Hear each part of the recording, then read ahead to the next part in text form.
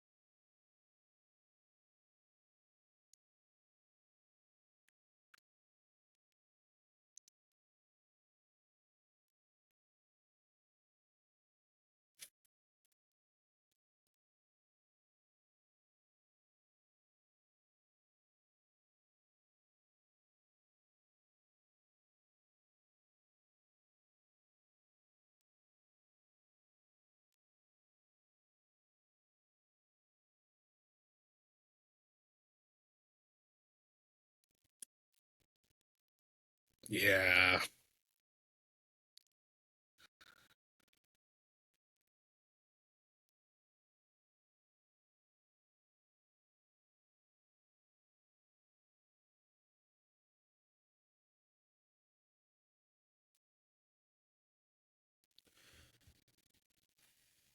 Okay, first things first. Before we actually get into the elephant in the room about Vegas, we kind of I want to talk about quickly the other elephant that partly his absence will make do for what's going on. So Alex Petrangelo is out for the foreseeable future. He's on the LTIR for Vegas, and it more than likely sounds that he may retire with all this going on.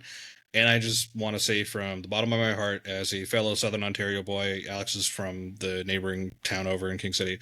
Alex Petrangelo, if this was the last we saw of you in the NHL, we thank you for everything you've done in this league as a truly underrated premier defenseman in the NHL. Everything you did for the Blues, everything you've done in Vegas, two Stanley Cups, you know, a lot of great things for Team Canada. You can't knock a guy like that, and he's one of the nicest guys out there, I've heard.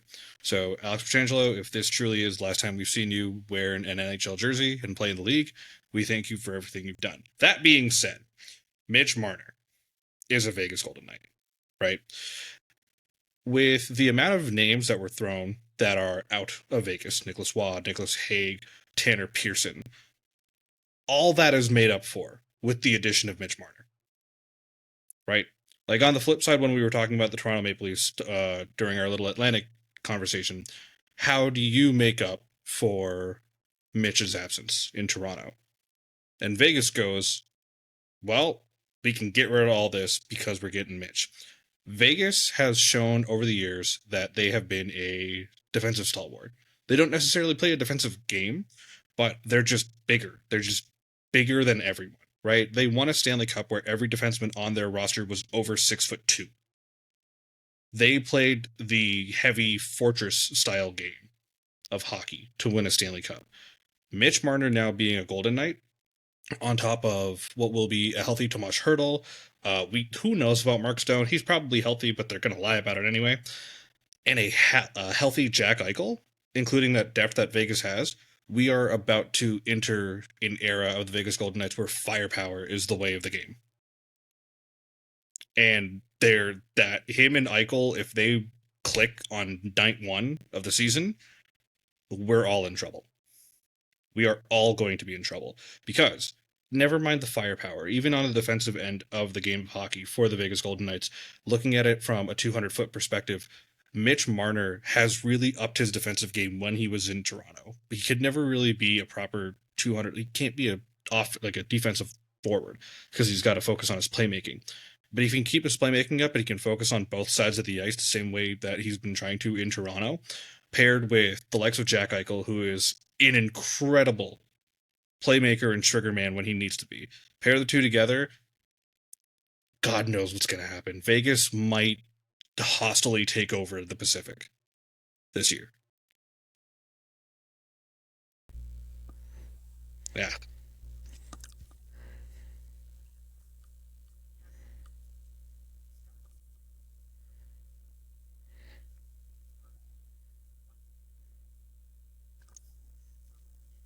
Yeah.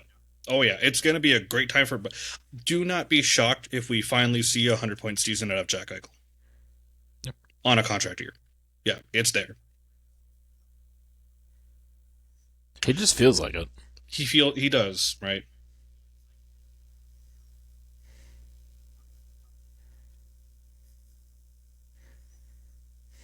Yeah.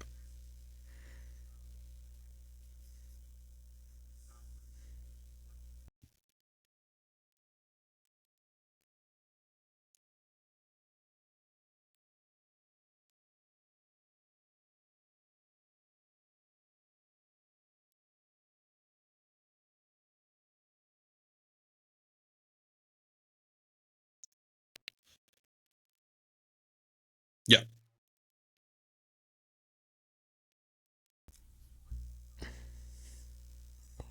Well, and losing Wah also hurts. Like Yeah. Like Wah he's was a proper shutdown forward for them. yeah. I think just to quickly note on the topic of defensemen, like with the absence of Alex Petrangelo, there is going to be a lot of questions regarding their defensive core moving forward. Granted, they do have Noah Hannafin locked up. And this might be where we see Hannafin take that leadership role in the defensive core of Vegas. And again, he's a solid shutdown guy, but can be an offensive defenseman when he wants to. And I think Vegas is really going to start playing around the flexibility of their forwards and their defensive core. Not to mention that power play is just going to be like they're just going to toy with people. The penalty kill will probably toy with people, right? Like, don't be shocked if you see Jack Eichel on a penalty kill line. Don't be shocked if you see like Hannafin quarterback. More than likely, Hannafin quarterbacking the power play, right? They have a lot to play with.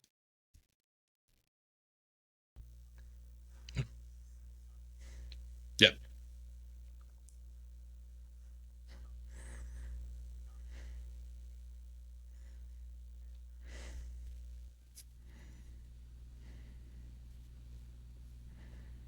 yeah, I'm gonna play devil's advocate.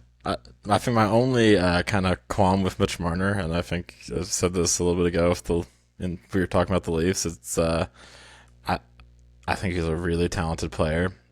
Same with Jack Eichel, but man, there are a lot of loud personalities in that locker room.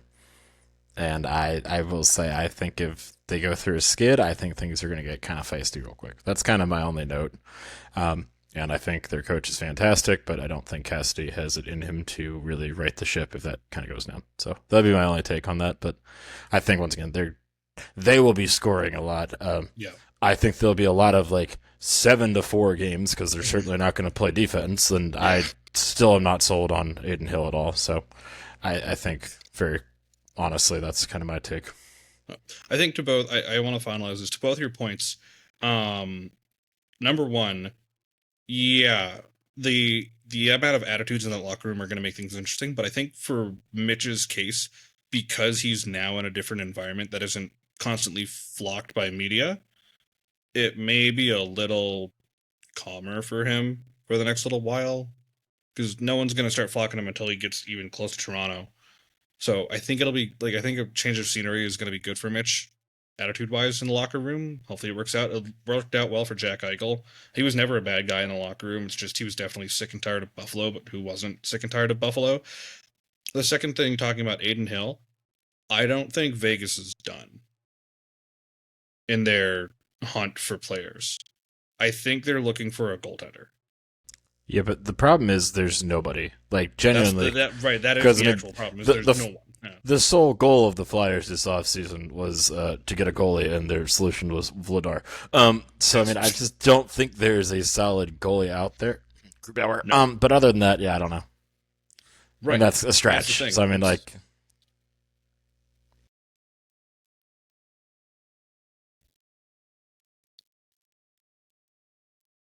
ugh. Yeah.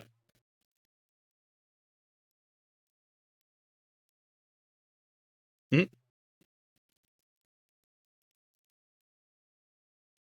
He shouldn't be in the NHL. Yeah, but we'll get to that when we get to Vancouver. Yeah.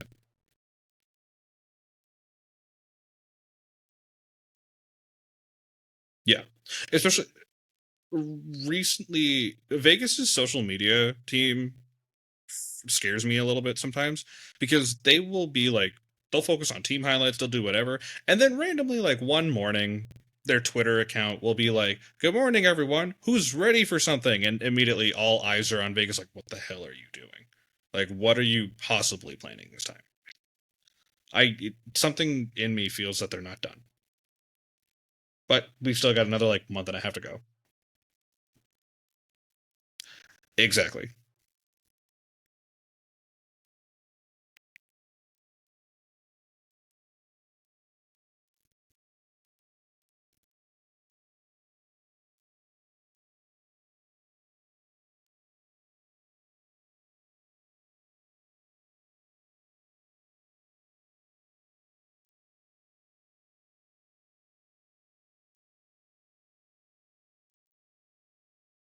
I'm. I'm Would looking I at be it, but I crazy to did know see? this. Would it be crazy to I say it's did know Quentin this. Byfield? Is it Quentin Byfield? Really? Good for him.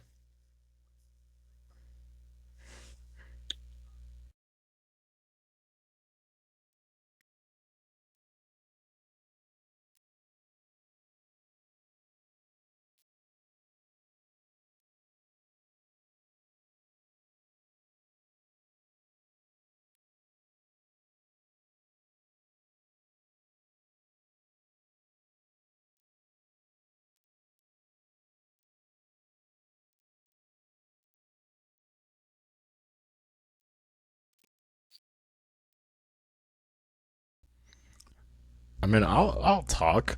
Um, there's a lot of big names leaving, and not a lot of. There's a lot of older vets coming in, but there's not a lot of, I would say, high level talent. They definitely lost some good pieces. I don't know. Gavrikov pretty good. And Tanner Janot, long ago, was very coveted, as we saw Tampa shill out their entire draft capital for him. Um, has he been that good since? Not really, but like I don't know. I feel like they just got kind of older and slower is all they did this offseason. Uh, which doesn't make a whole lot of sense because they were kind of doing really well last year. It almost seems like they weren't prepared to be in this spot, to be completely honest with you, and I think they're kind of confused what they're doing, to be honest with you. But Confusion for sure. I think like the old getting all the old guys like Ryan Dumoulin, Joel Armia, Corey Perry. What years is 2010? Like 2011? What are we doing here? Right? Losing a guy like Jordan Spence is one thing. You're losing an important depth piece in your defense. Losing Gavrikov after the season he's had, like you kind of got to wonder what exactly the Kings' plans are moving forward, right? Because, like, to Tyler's point, I don't think they expected themselves to be in that position where they ended up second in the division and had a really good season, all things considered. But the moves that they've made so far don't scream progression. They scream we're staying put because I don't know if they felt like they had any other options. Now, granted, obviously, like they want to focus on their younger core as well, guys like like Brant Clark, Quentin Byfield, all that. Turcotte, if he's even still there, I don't even know. I think they've like randomly traded players, and I can't keep track at this point, but they want to focus on the young core getting better, and I think they also need to acknowledge that at some point in time there needs to be a conversation of what is the post Anze Kopitar era going to look like for this team. Because Anze's been a great player for them. He's been a great leader for them. It's just a matter now where they are, where they're trying to focus on the future. Do they see themselves winning on one more cup with Anze Kopitar? Or is this where they need to start making some moves around him potentially retiring in the next like 3 to 5 years?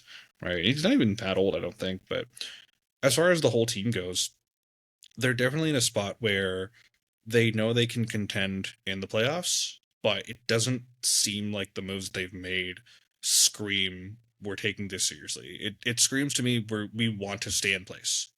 We don't want to Well, move up. We don't want to move down. We want to just stay right where we are. well, especially with like Drew Doughty only getting older as well, and like I mean Yeah, he only right. played what 30-ish games this year somewhere there. Yep. Yeah. Yep.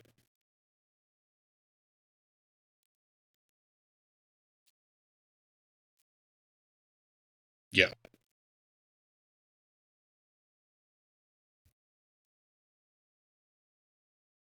Maybe they'll say, congratulations on making the Stanley Cup final. Yep.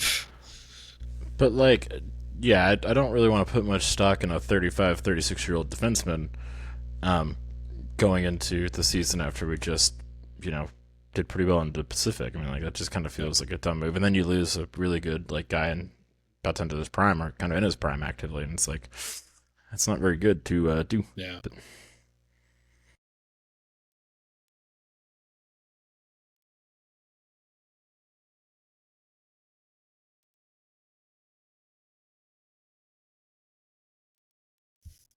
They're bringing new tools, but those tools are a little rusty. Yeah.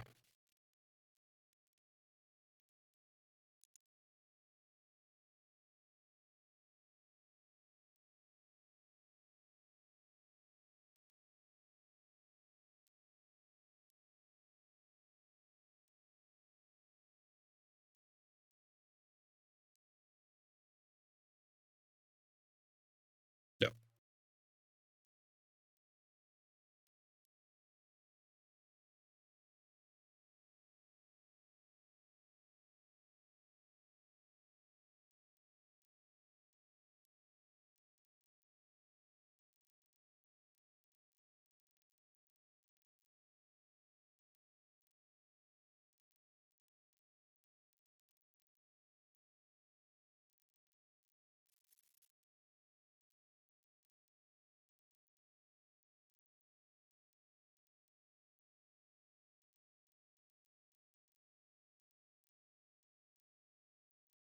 Yep.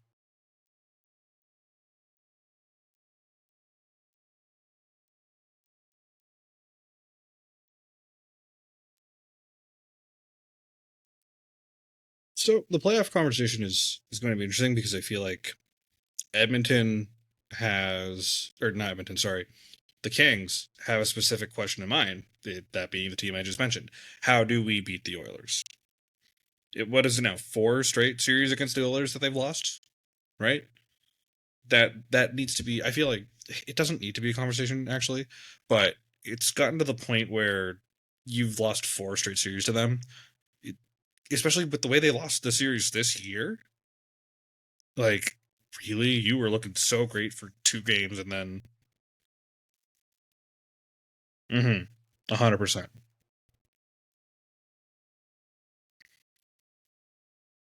And then they panicked and they just forgot what to do, right? And they could have had the Oilers at their end. They could have done it, but no.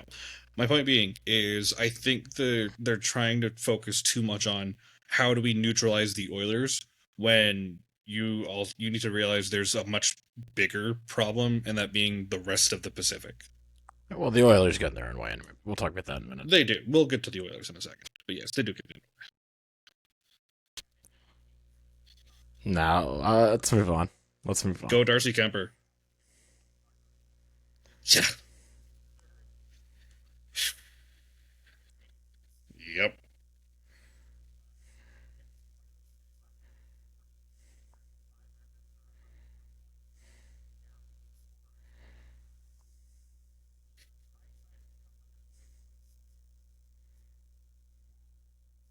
Yeah.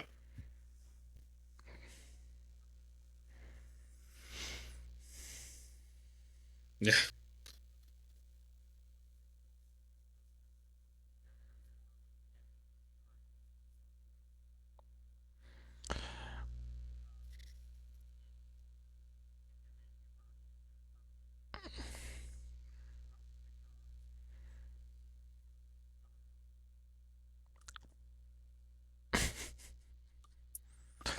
No, You know what I was about to mention, Tyler? Did you hear a goalie named anywhere in there?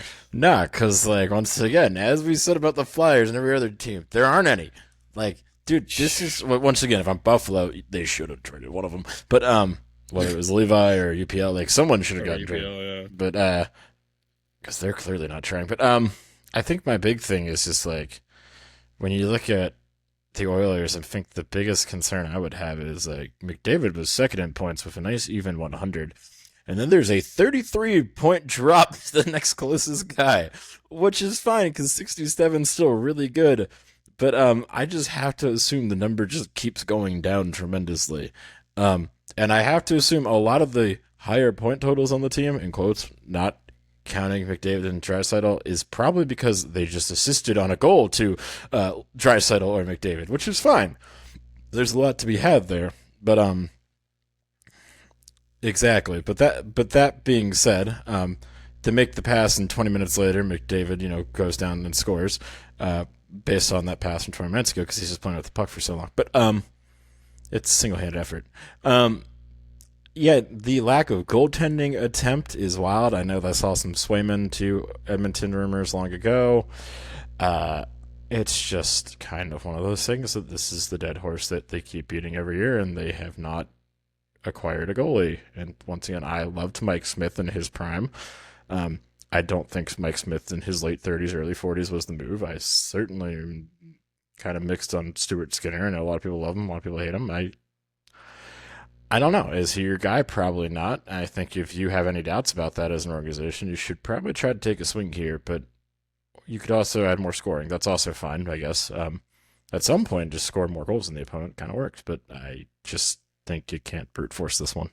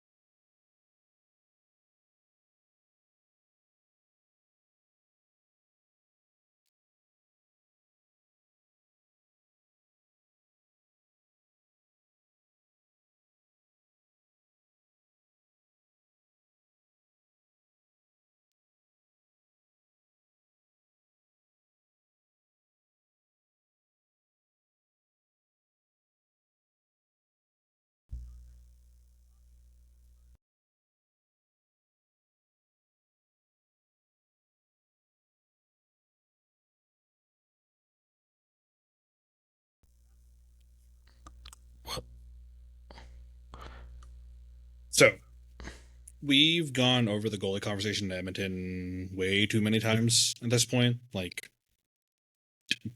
legitimate. That's like the one thing everyone talks about with the Oilers, right? Is the goalie conversation. Acquiring Andrew Mangiapane is actually I think a really good choice. He gives you a fair bit of scoring in your middle six, unless you put him on the top line, and we'll go from there. But again, they didn't do anything to really help their depth. Signing Evan Bouchard to that massive 4 by 10.5 is not helping much. Like it's kind of a steep thing. I don't Tyler, anything quickly? I want to finish a point, but I gotta think about this. So I'm gonna just read off something kind of interesting. So I pulled up the last 10 Stanley Cup champions. I know we could beat the dead goalie horse, but like this is just to prove my point.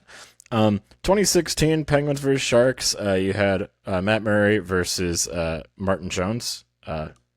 So I'd probably give the edge Jesus, to Matt Martin Murray. Jones was the starter for that Sharks team? Yeah, and then 2017 we had Matt Murray again versus Pecorine, which I love Pecorine, but I think Matt Murray was just on some good stuff for those 2 years. The Capitals versus the Knights.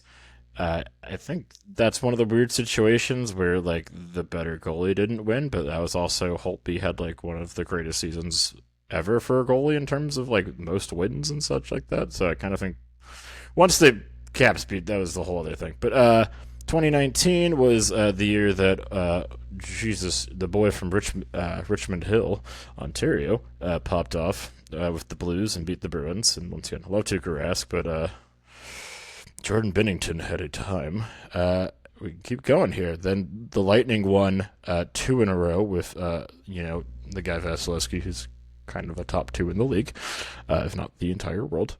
And I just they beat Kudobin for the Stars, and they beat Stars and Price for the yeah, Canadiens. and like I love both of them, but they were both back in their career. And then the kind of outlier here is not Adrian, it's Kemper with the Avalanche beating Vasilevsky. And then the Aiden Hill beating Bobrovsky is still a weird one. And then Bob beat Stuart Skinner twice. I think a goalie matters a little bit. Like I don't think you need the best goalie in the world, but I think Jesus, you have to have something kind of competent. Yeah. Yes.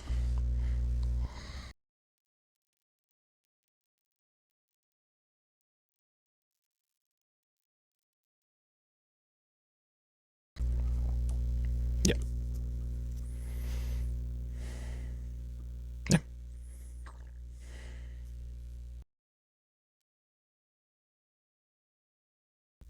Yep. I mean, yeah. You need yeah. I mean, that's just it at the end of the day. To beat a team like Florida that is all offense all the time, you need a number one guy because you know your defense isn't going to be, no matter how good your defense might be, it might not hold up against the onslaught that is the Florida Panthers. So you need a guy in net to handle that. Edmonton, I don't know. My point I was going to get to earlier, getting Andrew Mangiapane is great, but you guys need more depth. We need more defensive depth, forward depth, and then goaltending is just like the biggest question. Now, going into this season is going to be a time because at the end of the day, what is everyone going to be talking about, assuming that it hasn't been done by the time the season starts? Anyone? Anyone? That's right.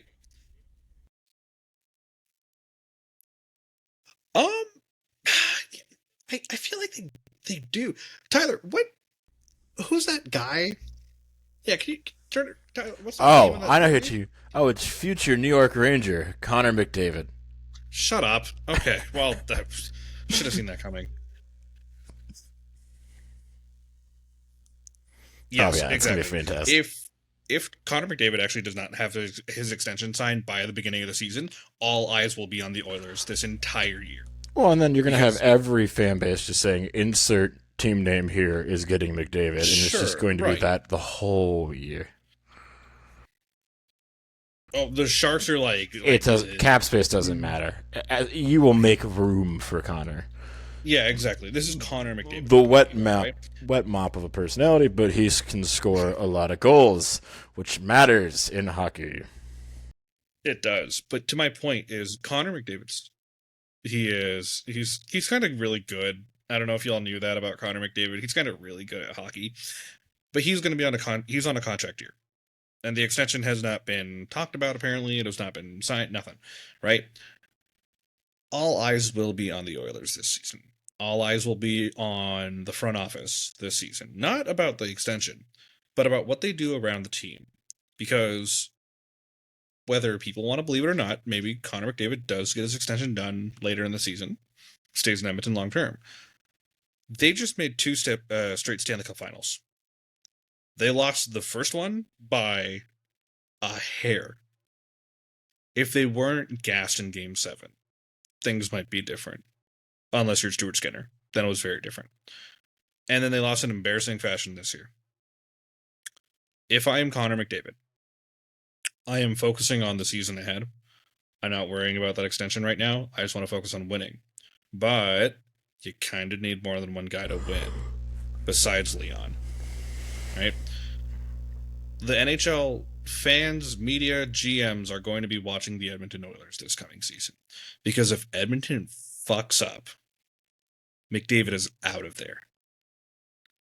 So they need to get their act together now. I don't know what the hell's going on in that front office. Their assumption that McDavid's probably going to extend anyway, and they haven't worried about getting a goalie. There were plenty of potential options before July 1st to make a trade. Now, yes, there's a premium because it's the Oilers, because people don't want the Oilers to win, right? Especially in your own division. Like, I'm sure the Ducks probably told the Oilers, if you want John Gibson, it's going to cost you more than just a first rounder. Things like that. We don't want teams like the Oilers to have nice things, right? They're going to have to. That's the thing is they have the nicest thing in the National Hockey League in Connor McDavid, and they also have the second nicest thing in Leon Draisaitl, right? No one wants Well, to see them have more nice things. I also think there's just the hair where they just kept winning the draft lottery magically. Um, so I mean, like I think just like every other team is just kind of no. So I don't know. My point being, and I'm going to close with this, is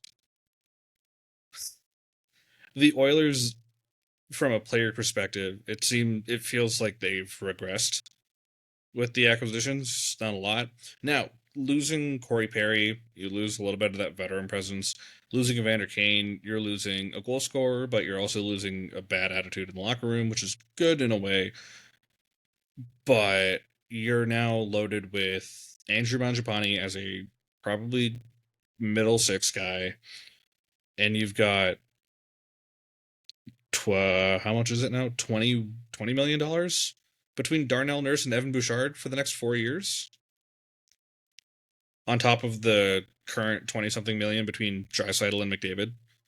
40-something million between four guys. They have their big four, right? Congrats, you have your core four, but you don't have goaltending. The glaring problem from these last two, again, Stanley Cup finals that they made.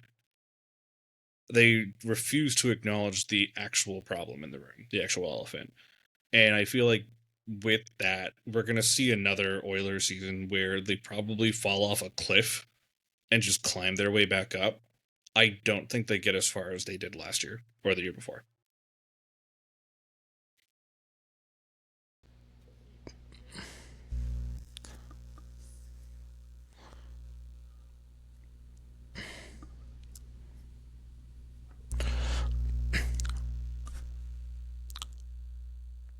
Just calling it now. If the Wild's doing subpar, Philip Gustafson. That actually wouldn't be bad. Free agent at the end of the year. Yeah. Calling it now.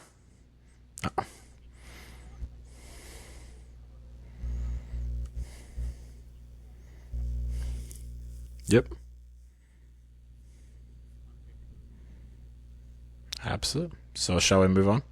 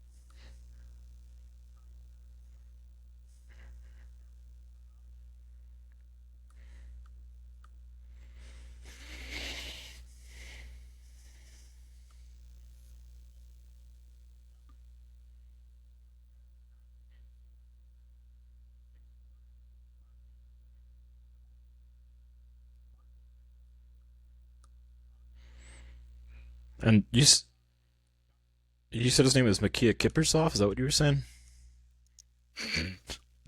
If only if it was Mika Kippersoff. Um,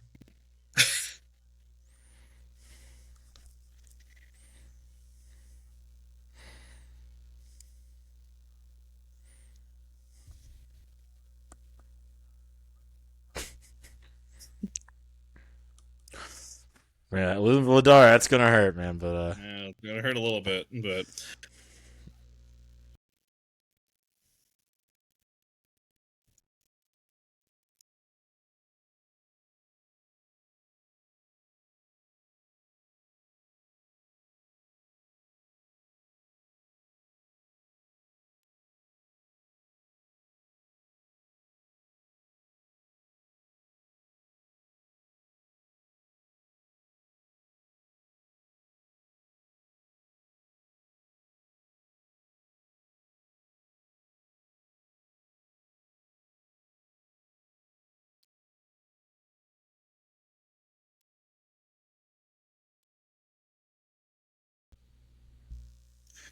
so the Calgary Flames are such a wild team because they went from playoff contenders in the Matthew Tkachuk era to not knowing what the hell to do anymore after they traded him and got Jonathan Huberdeau. They acquired Nazem Kadri. They got Mackenzie Weegar and the Tkachuk trade as well. They made some moves here and there, and it's been very oh shit, what do we do in Calgary, and why isn't this working? But it's finally starting to show now, right? Like the acquisition of Huberdeau and the signing of Kadri is actually starting to make sense in Calgary. On top of Dustin Wolf is really good. That kid's really, really good. Like, there were no doubts he was going to be their starter after he got drafted. And him basically pulling the Flames into almost a playoff spot is incredible as a rookie. We're going to see more of that moving forward. The Flames not making any moves doesn't shock me too much because I think they're focusing on what they currently have as well as what they have coming up. For example, Zane Parekh, who I am so ready for if he has a full season next, unless he goes to the Wranglers, but or is it the Wranglers or the Adirondack Flames? Whatever their farm team, I think it's Adirondack. Anyway, regardless, the Calgary Flames are very much a team of we are going to stay put for another year.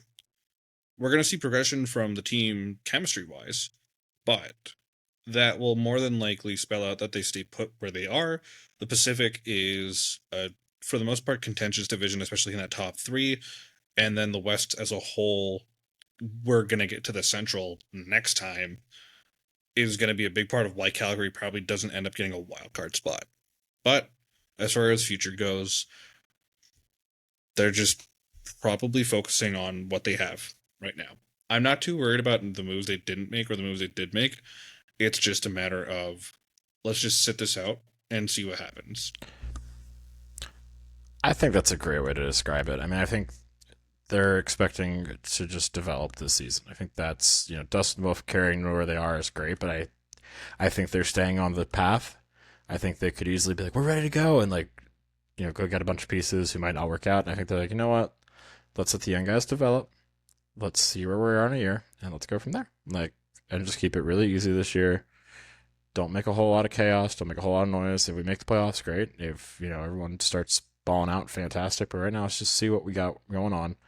I think, as you said with Matthew Tkachuk, I mean, it's one of those things where it's like I forget who said it, but I remember when he left, Gaudreau left. I mean, all those guys left. It was like someone was just like, not a lot of teams lose a superstar, let alone two, and it's just like they lost a lot of big name guys really quickly, and it was just like, okay, like we can go try to replace them, or we can just say, you know what, let's take a back seat and just rat it out and rebuild, like, and just do it slowly but correctly. And I think that's just what they're doing. I think Dustin Wolf's insane and going to just single handedly keep them relevant. But like, I think this is going to be a really good year for them just to figure out what do we have with 2 years under our belt with like all these new guys. Like, really, just like where are we at? We had a good year last year, but let's figure out what this year is. And if we're still progressing in the right direction, let's go get a big year next year.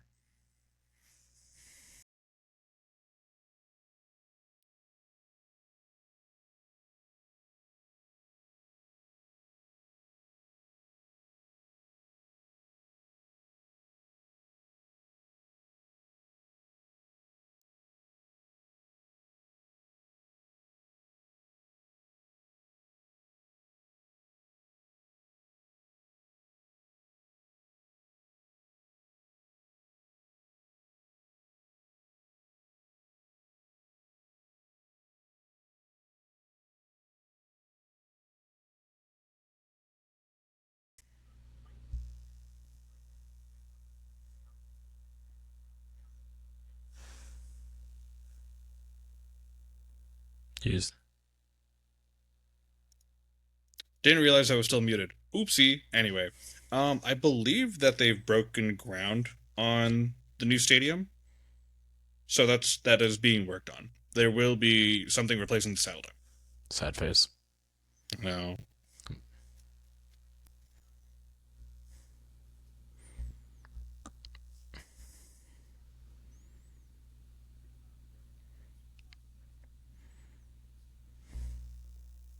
Yeah. Uh, I'm ready to. I'm ready to roll. I'm actually really excited to talk about the next four teams. I really, yeah. Yeah. Let's go. Yeah.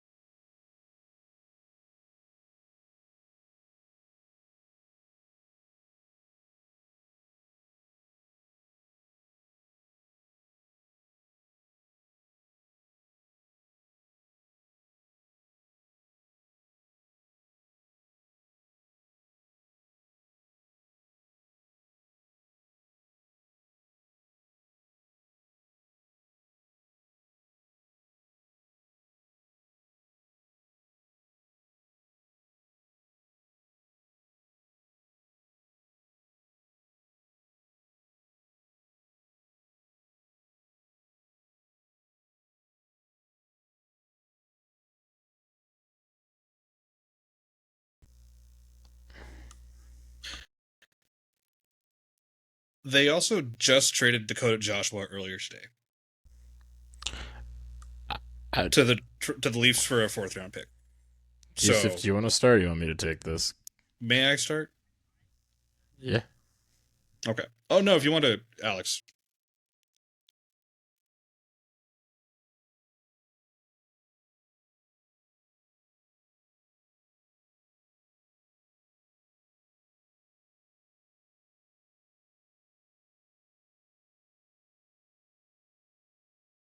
Okay. So the Vancouver Canucks.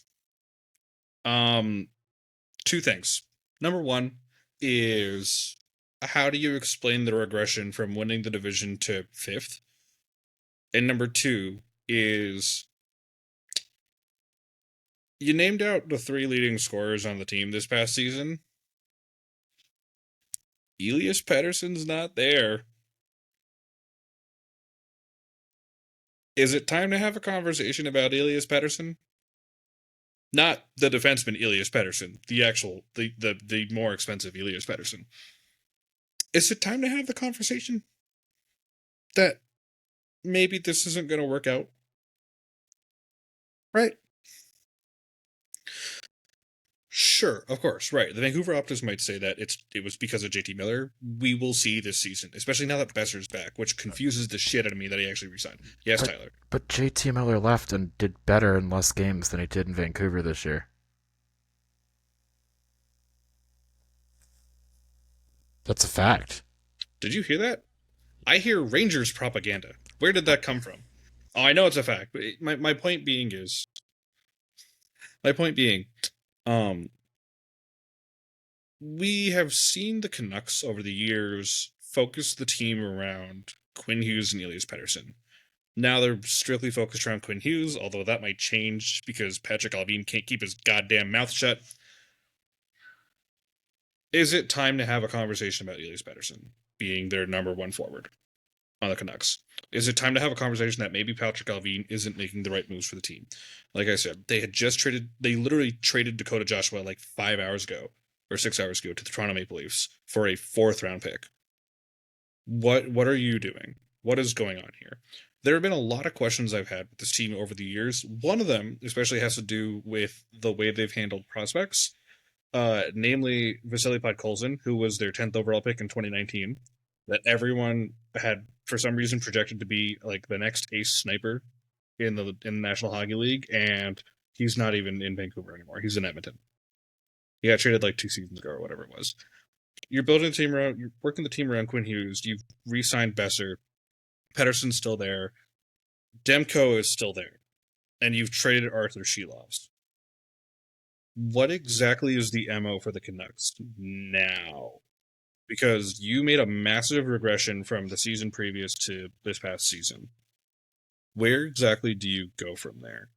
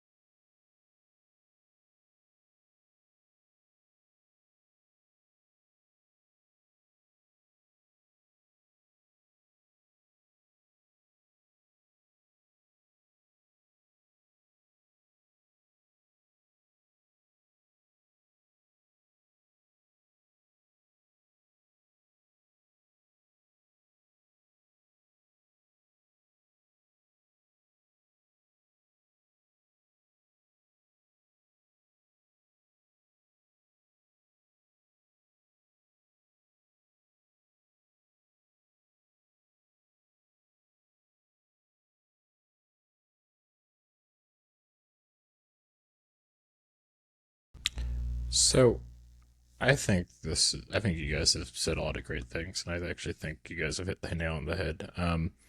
Now, my bias self, I'm going to bring up. Yeah, JT Miller had 40 games with the Canucks and had 35 points. He had 32 with the Rangers and had 35 points. Um, which I think is kind of interesting. But I think this team was using a couple scapegoats in him and the fact that Demko was hurt. As their we didn't have a good season, we didn't have a goalie, and it's like that's great, but like it's not like they had terrible goaltending play. Like Kevin Lankinen played really well most of the season, and I just feel like I could be wrong. I just think there's a lot of chaos up there. I think there's a lot of people not agreeing in the locker room. I think the management doesn't agree. It just seems kind of weird that a year, 1 year removed from being in first place, they have dropped to fifth. And I think Demko is a stellar goalie, but I think there's a lot of other things behind closed doors in the Vancouver uh, front office that is not being discussed. And I think that, I could see he was wanting out. And I think maybe they're putting that rumor out there to try to persuade New Jersey to trade just so they can maybe get a clean slate and figure it out from there. But I think they have a lot going on, and I think you guys hit the nail on the head as far as just most of the stuff. But I think there's just a lot of chaos up there. I don't know. It doesn't feel.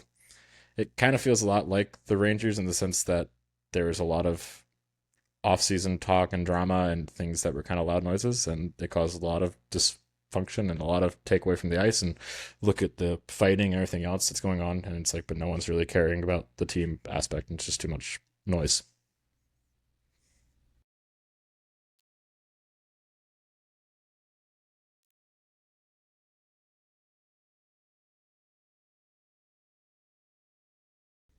Yep.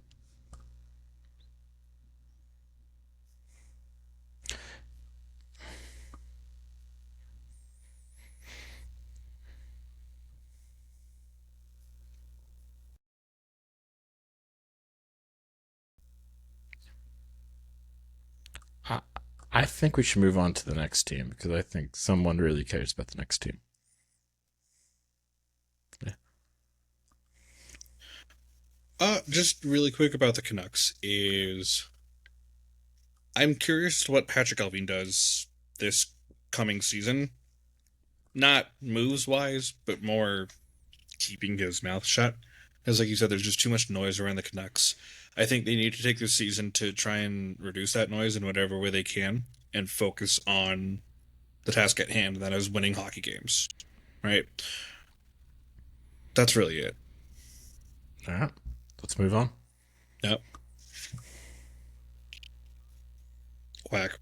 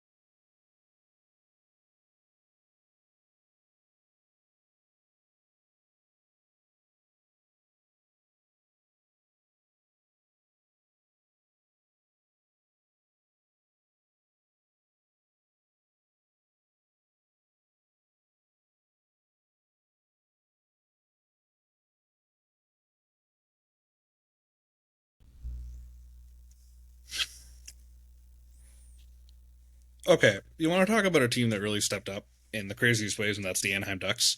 That put up a fight with like some of the big dogs in the West. That's the Anaheim Ducks. The moves that they have made so far, and the moves that they've been making, are definitely screaming. And Alex, we'll get into this obviously a little more, but they're definitely screaming Pat Verbeek has a mission, and he has an idea of how exactly this team is going to be built, not how he wants it to be built. And it's starting to work out a lot better than people were expecting it to. That being said, I think this year we saw a lot of fight out of the Anaheim Ducks. Next year, with the acquisition of Chris Kreider, trading out Trevor Zegras, um, getting Dostal extended, and losing John Gibson, we are about to see. I feel like we're going to see a slightly different Ducks team from this past season. They're going to take a huge step up in a few different ways. I think Leo Carlson, for example, like I love Leo, is probably one of my favorite youngsters in the league. Him, Cutter, we're gonna see those two really start to take off a little more. My only real question with the Anaheim Ducks is what's going on with McTavish. Tyler? So I think my hot take on this is I actually think the Ducks had a great offseason. I think they got Zegers, who very clearly I think was kind of done. I think management was done with him. I think it was just time to part ways. Um, I think Chris Kreider is a grown up. I'm gonna miss him very dearly. I think it was a very similar situation. I think there was just time for him to go. He was the only guy on the team left from our tragic loss in 2014. I think after 12, 13, 14 years, it was time just for him to get a new change of scenery. Send him to the beach, let him go have a nice time. Uh, so I think you guys are getting an absolute stud and a great leader in him, putting him with some old friends in Vetrano and Ryan Strom and Jacob Truba. You guys will have a good fun time there. You guys got a nice mix of vets and a nice mix of young guys. So I mean, I don't know. I think while Gibson is a big name, Zegers is a big name, I think you guys made the moves that seemed right. You had a goalie who was ready to go. You had a goalie who wanted out, and you guys did that.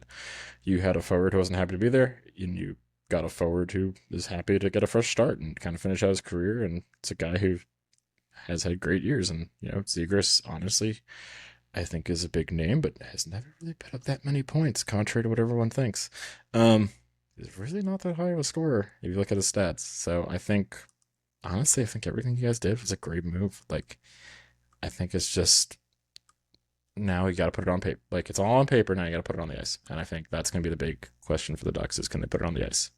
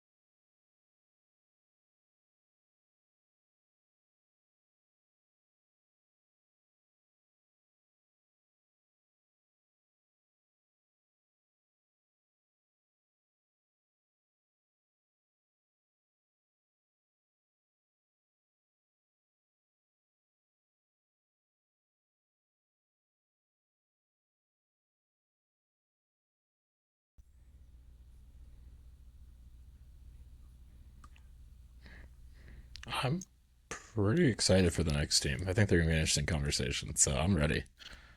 Yeah, yeah. Just quickly about talking about Joel Quenville is I am very curious and actually really excited to see how the Ducks function underneath his coaching. It's been obviously some time since we've seen him coach a full season in the NHL. Obviously, he had that little stint in Florida that didn't last that long, but we're going talking back to like the Chicago Blackhawks dynasty days. Quenville is and has been historically one of the better coaches for developing young talent. I mean, Patrick Kane, Jonathan Taves, Duncan Keith, like he made those guys superstars, right? And looking at how this Anaheim Ducks team is being built and looking at how they're growing, I see shades of that kind of play style in each player.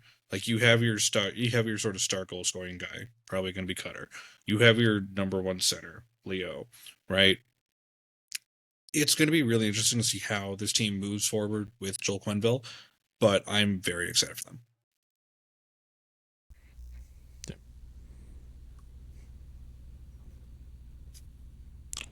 Ducks Rangers final. You heard it here first.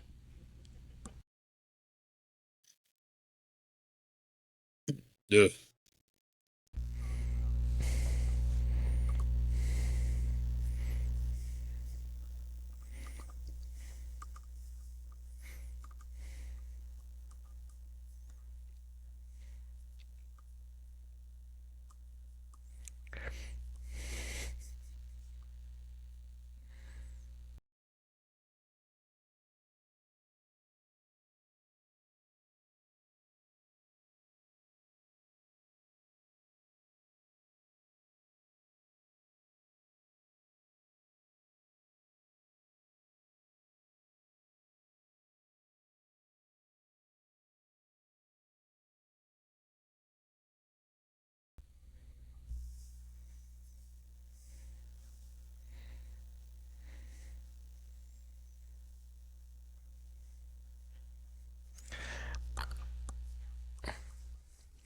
I Seattle's so interesting because I feel like everyone, like looks at them and it's like, well, they didn't have as good as like draft as Vegas did when they started, and it's like you actually look at the talent level is about the same. And everyone wants to pretend it wasn't, but like that's just kind of how it was. Like, I mean, Vegas didn't really pick good pieces. They traded pretty much everything, and I don't know. It's kind of interesting. I don't love their coaching hire at all. I don't think Lane Lambert was a move that like would inspire much confidence.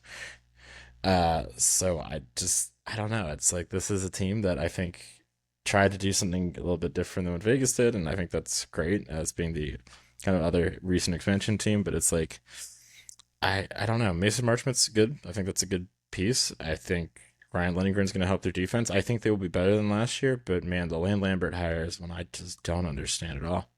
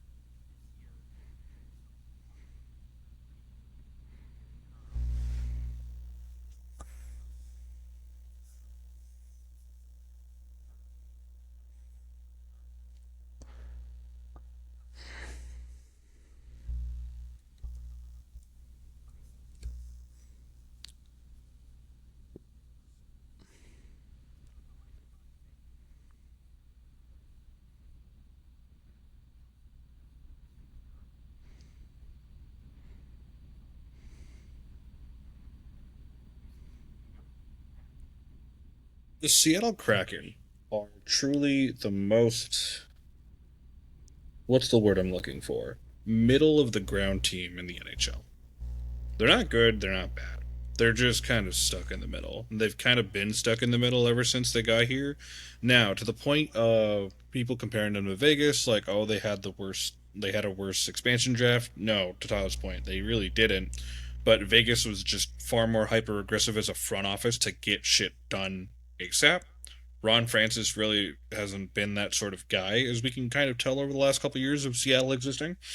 That being said, they are trying to find an identity, as we've hinted to, as we've talked about already, right? They're trying to build up whatever they can to get out of the middle and not end up in the bottom again. And I feel like they're losing themselves in their own shuffle, right? They're worried about the deck of cards around them being the rest of the NHL teams, but they're too. I feel like they get lost in their own deck of cards, being how the team is being built, that things sometimes don't make sense. The hiring of Lane Lambert to be their head coach moving forward is definitely a head scratcher because Lane Lambert's known for being a very trap style coach. Right? He's a very defensive minded coach. He's a Barry Trotz like protege. Coached the Islanders, did that whole thing. So he's got that idea down. Is that going to be the identity that Seattle adopts moving forward? I don't know because it doesn't really feel like they have the team for that. But that being said, with Seattle, it's a matter of waiting to see where they end up. And like I said, because they've been in the middle for so long, they've had their ups, they've had their downs, but for the most part, they've just been here. This season is going to be a year to look at them and go, okay, here are the moves you've made. What are you going to do with those moves? What are you going to do with his new head coach? We're going to expect obviously guys like Matty Beniers to make another step up and things like that. But the Seattle Kraken, I think, need to start getting a little more aggressive in their acquisitions because they're getting, especially how the Pacific is looking right now in the bottom half of the Pacific. Every other team is making some crazy moves, and we'll get to the last Pacific team in a second that's been making some wild moves. But everyone else is doing a lot to bolster the team moving forward because they've been on the rebuild moving up. Seattle never had to worry about a rebuild because they just got here not too long ago. They need to focus on getting up. They need to focus on stop being in the middle. They need to focus on just how do we get out of this weird fucking situation we're in. They remind me a lot of Columbus. Yes, they do. Like They OG, remind me like so early much of OG Columbus. Columbus. Yeah, like Yeah, oof. and that's the thing. Like even like, those early Columbus days, like Yeah. mm-hmm. Yep. Yeah. Yeah, no, I think that's the best way to put it. Because even like people are comparing what Seattle's been doing to Utah, the Mammoth right now. Well, the Mammoth are being hyper aggressive, right? They didn't have to worry about an expansion draft because they just took over from the Coyotes, and Ryan Smith wants them. Like ownership wants them Well, to be aggressive. and the last kind of general manager and everything of the Yotes, I mean, the whole like kind of last 2 years of the Yotes were like pretty. Yeah. They were doing really well drafting. They were actually making good Yep. moves. Vejmeka was fantastic. I mean, they just signed him a big extension. I mean, like, I think people forget the Yotes were kind of on the up and ups. Like, the Mammoth went out, just bet, like, took that, were a little more aggressive, and, like, now it's like, oh, they're actually going to be pretty good. It's like, well, yeah, I mean, like, but I think Seattle, once again, I think they're just Columbus too, which is fine because Columbus every now and again has, like, some things. And it's like, I think it's just going to take them a little bit to figure out, okay, like, what are we? I think they weren't as aggressive as Vegas, and that's okay. But I think they want to kind of go the way of drafting and developing. And let's be fair, the Firebirds, their AHL team, was first in the Pacific 2 years, like not this past season, but the year before that. So it's like they have pieces to develop. I think the Shane Wright pick is kind of a weird one looking back on it, and I think a lot of people had him very highly ranked for reasons we can't explain. But I think there's a lot we could dissect there. We could spend all night on that. But I think Columbus 2 summarizes it really well, and uh, I think the next team is just so much more exciting. Honestly, like I Might as well. Let's go for it.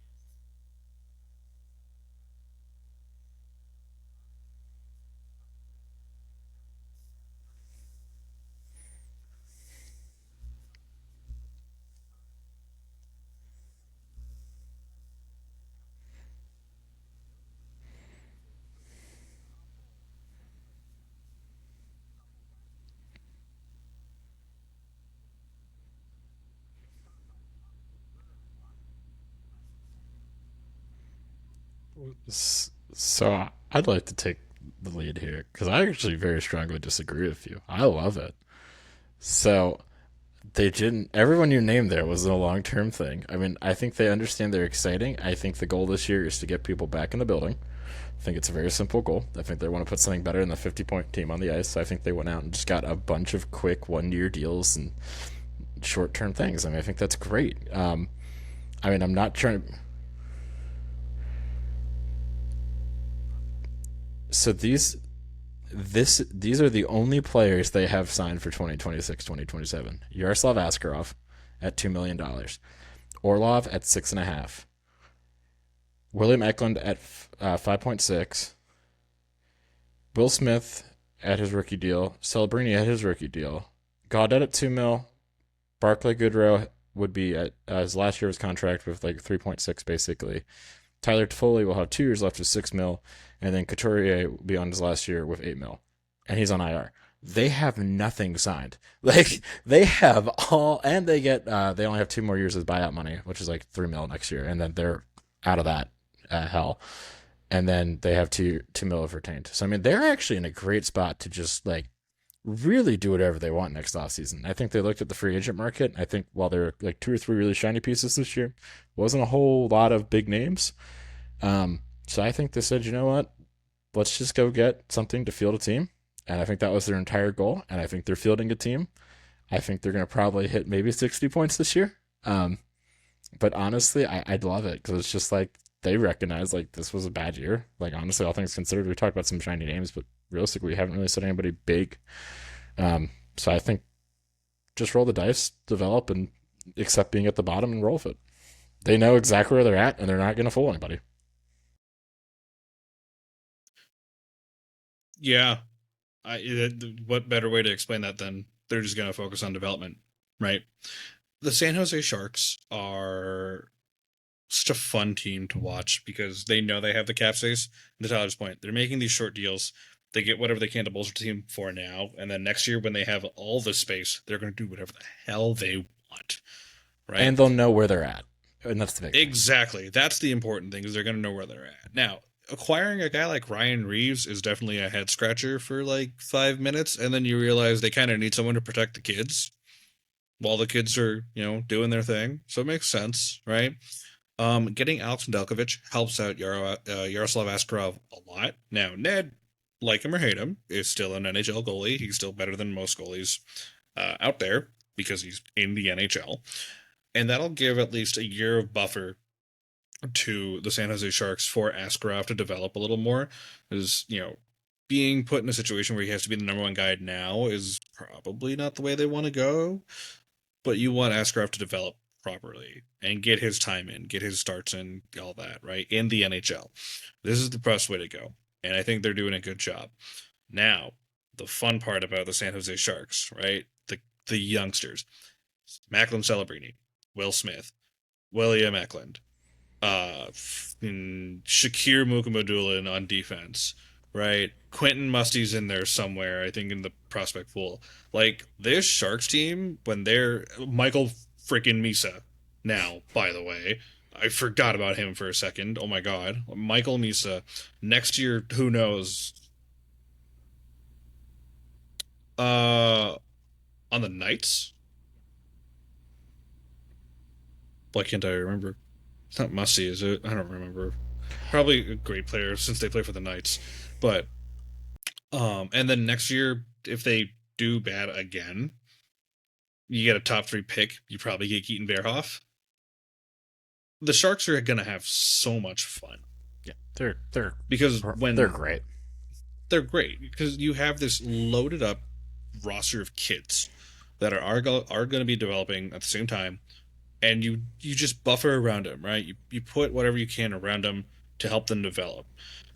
And next year, when they have all the money in the world, they can spend on whoever they want. Oh my God, Sam Dickinson, yeah, like they are going to have Mike Greer is going to have a field day next season.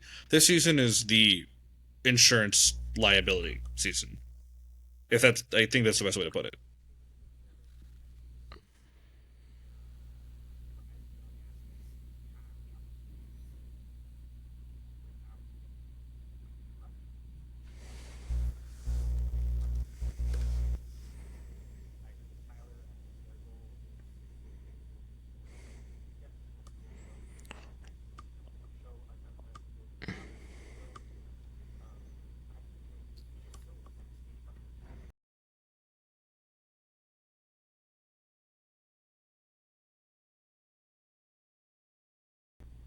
Yeah.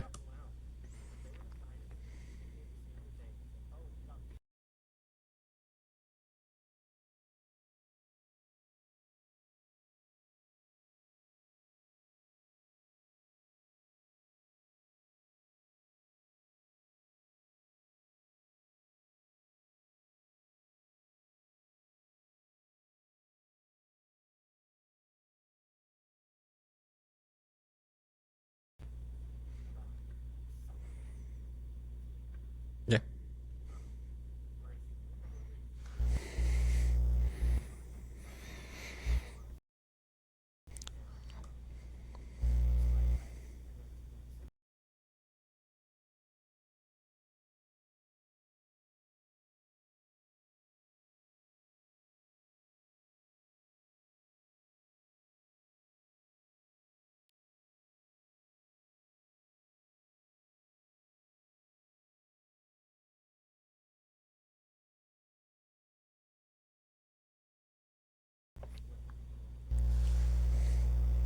Well, and I mean, the Ducks did that with Gibson too, right? They had Freddie Anderson in front of them. A lot of people forget that, and and they had Ryan Miller to help them out. So I mean, like they let Yeah. and yeah. And Yusuf, I like what you said, by the way, with the draft. I mean, worst case, they got a top 3 draft pick, and you have to take Gavin McKenna, Veerhoff, or Stenberg. So, I mean, Yeah. like, oh, no. Oh, Right. Yeah, like, oh, what are we going to do? yeah, so, sure. Yeah, like, they're doing it right. Like,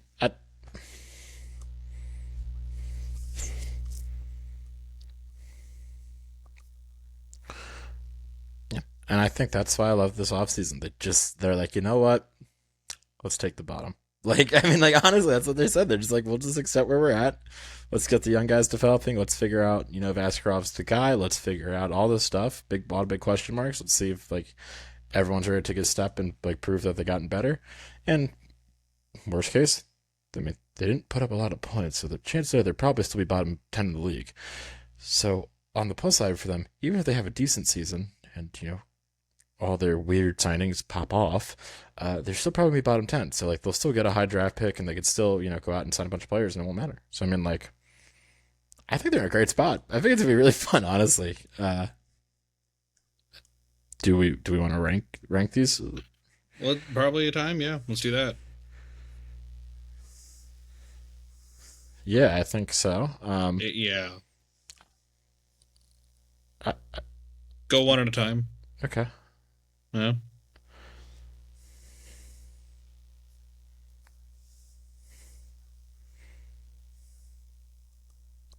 The Sharks. The Sharks.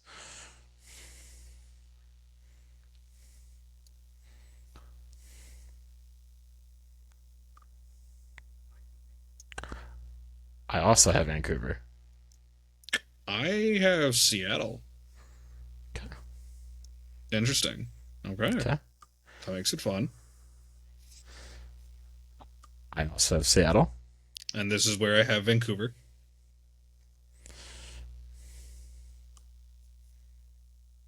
Yeah. Yeah. I also have Calgary. I also have Calgary. I'm glad we're all on this. Yeah.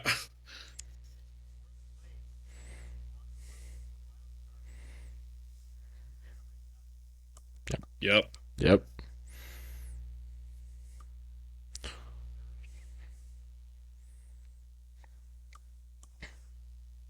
Tyler. I have the Edmonton Oilers. I have the Edmonton Oilers.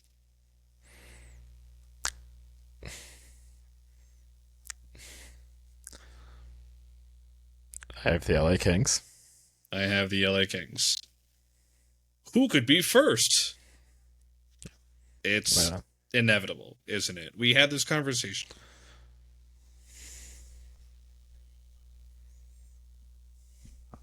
Yeah.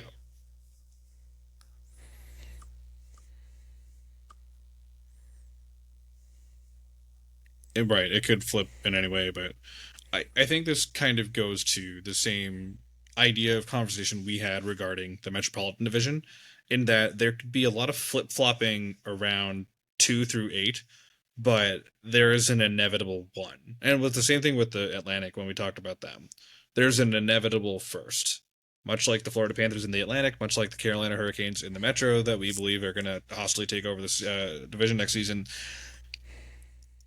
Say what you will about the Vegas Golden Knights. Say what you will about the way they do business. Say what you will about the team on paper. Getting Mitch Marner is going to be a problem for everybody. And the Pacific is going to suffer for it. That team is taking the first. There's no ifs, ands, or buts that Vegas takes first in the Pacific this year.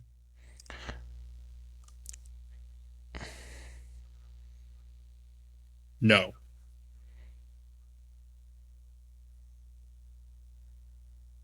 Yeah.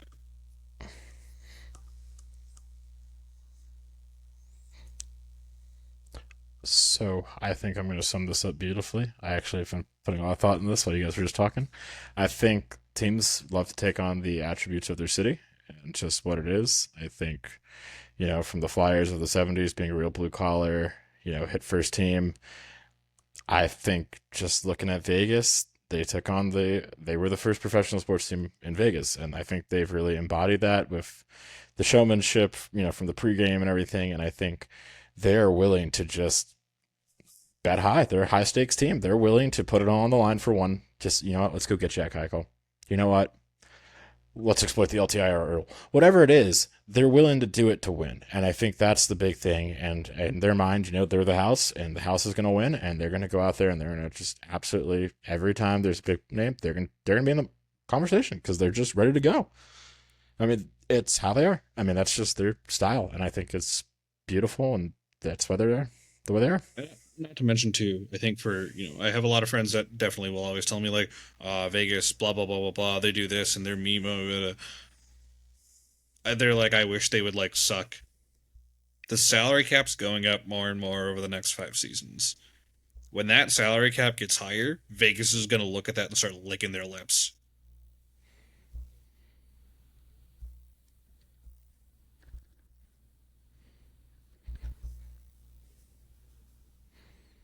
Yes.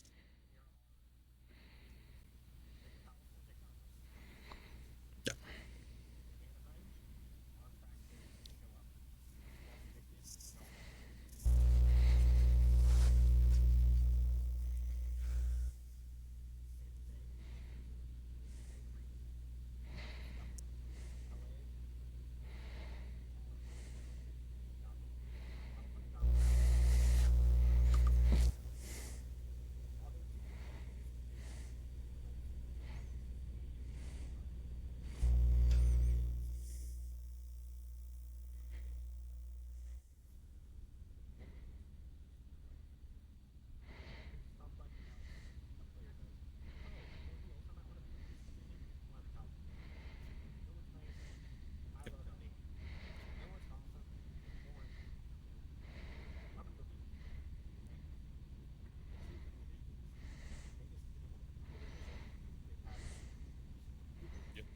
The other thing too is at the end of the day, it's very much a fight fire with fire analogy. In this case, it's Vegas is a problem. The only thing that stops them is a bigger problem. You know, But for now, Vegas is the problem. and I wanna end this with just reading a couple names that have nothing to do with this conversation. John Merrill, William Carrier, Oscar Lindbergh, Derek Engeland, Thomas Tatar, Ryan Reeves, Pierre Edward Belmar, Lucas Sabiza, Cody Eakin, Ryan Carpenter, Braden McNabb, Thomas Nosek, Colin Miller, Nate Schmidt, David Perron, Eric Holla, Shea Theodore, Alex Duck, James Neal, William Carlson, Jonathan Marshall, Riley Smith. That was their expansion draft roster. No, that was their first playoff game roster. Was that really? Oh So, yeah, you're right. Because if you want to talk, there's not a single name. Like honestly, like they're all you can like they were all guys. yeah, they're all like just middle of the pack guys. And I think Yeah. Marc Andre Fleury had a 9.27 save percentage in playoffs and regular season, and I think I. But Yes, I think very big part of the that. point is that that was 2017, just 9 or 8, 9 years ago now. And I think, honestly, they swung big. And I think that's just the kind of moral of the story of Vegas. They swung big, and look, we're there. Yep. Just, They're phenomenal. Gold. Oh, yeah. yep. Yep. So, Yeah. Yep. Yep. It's So going to be fun. I think that's it. I think that's it. All right, boys. We're 3 divisions down. We'll talk about the Central will be a very difficult conversation. Oh, it's gonna be easy. It's going to be. It's gonna be nice. Tyler, why do you have the New York Rangers at 1 in the Central? That's weird. Oh, come on! I have been very tame tonight. Tyler, why do you have the Nashville Predators at winning the Stanley Okay. Cup? Now, That Jesus. being said, Okay, I'm that being realistic. said- That being said, yeah, I know we're saving that for next time. That being said, this has been another episode of Up the Boards. We are almost done with talking about our way too early predictions for next season, and it's fun so far because who the hell knows what's going to happen for the next 2 months before training camp even starts. That being said, if you like what you see, if you like what you hear, leave a like, leave a comment, subscribe, tell all your friends. We're here to talk hockey. We'll see you soon.